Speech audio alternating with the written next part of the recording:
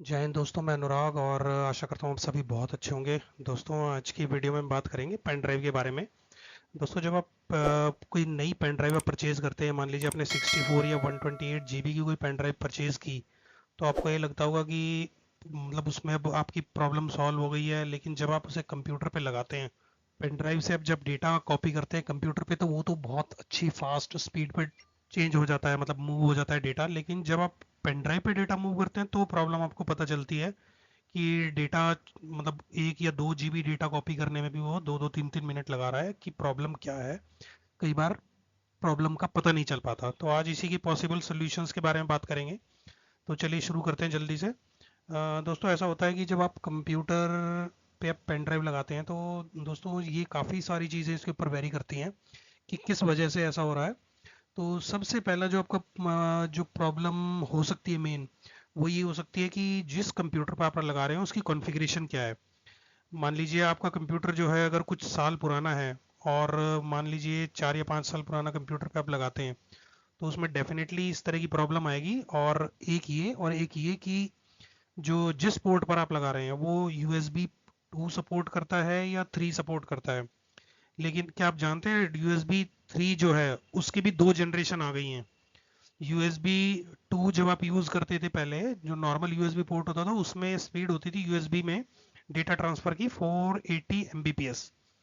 लेकिन जब USB 3 आया, उसकी स्पीड थी 5 Gbps, जो कि फर्स्ट जनरेशन था USB 3 का। और जब सेकंड जनरेशन उसका आया तो उसकी स्पीड होगी 10 Gbps। इसका मतलब अगर आप कंप्यूटर पे जितना लेटेस्ट कंप्यूटर यूज करेंगे, उतनी ज़्यादा उसकी स्पीड बेटर मिलेगी आपको पेन ड्राइव पे डेटा कॉपी होने की। ठीक है। और इसके अलावा और आप इसके इसमें क्या क्या प्रॉब्लम्स हो सकती हैं, एक तो दोस्तों ऐसा होता है जब पेन ड्राइव बनाई ना, तो इसमें जो फॉर्मेट्स थे इसके, जैसे हम हार्ड ड्राइव पेन ड्राइव को फॉर्मेट करते हैं, तो उसमें फैट होता था पहले, फिर फैट 32 आया। फिर अब जो इसमें चल रहा है, इसके अलावा NTFS चल रहा है, NTFS फॉर्मेट। और एक अभी लेटेस्ट जो आया वो है एक्स फैट फॉर्मेट। तो एक्स फैट फॉर्मेट में ये होता है दोस्तों कि 4 GB से ऊपर की फाइल, अगर आपके पास मान लीजिए कोई वीडियो फाइल है 4 GB से ऊपर की कोई फाइल है, तो वो आप फैट 32 पे आप पेन ड्राइव पे कॉपी ही नहीं कर पाएंगे।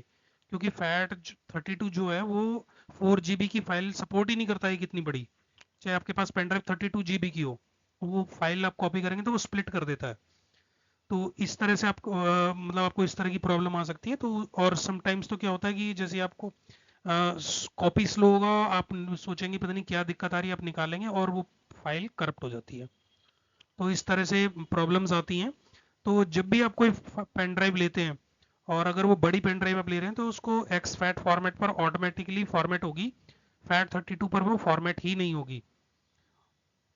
तो इस तरह से ये चीज़ का ध्यान रखें। इसके अलावा दोस्तों, जो फाइल जो थी, जैसे क्लस्टर साइज उसका फाइल का, जैसे आप फाइल पे कॉपी पेन ड्राइव पे कोई फाइल कॉपी करना चाह रहे हैं, और वो फाइल जो है, क्या नाम है, बहुत छोटी छोटी फाइल्स हैं लेकिन क्वांटिटी में ज़्यादा है, तो वो उसको कॉपी करने में दिक्कत आएगी। और अगर आपकी फाइल मतलब साइज में बड़ी हैं और लार्ज साइज नंबर्स में भी हैं, तो वो आपको बड़े मतलब 64 KB या 128 KB, इस तरह की KB वाली एलोकेशन फाइल में आप उनको कॉपी कर सकते हैं, फॉर्मेट आराम से इजीली कॉपी हो जाएंगी।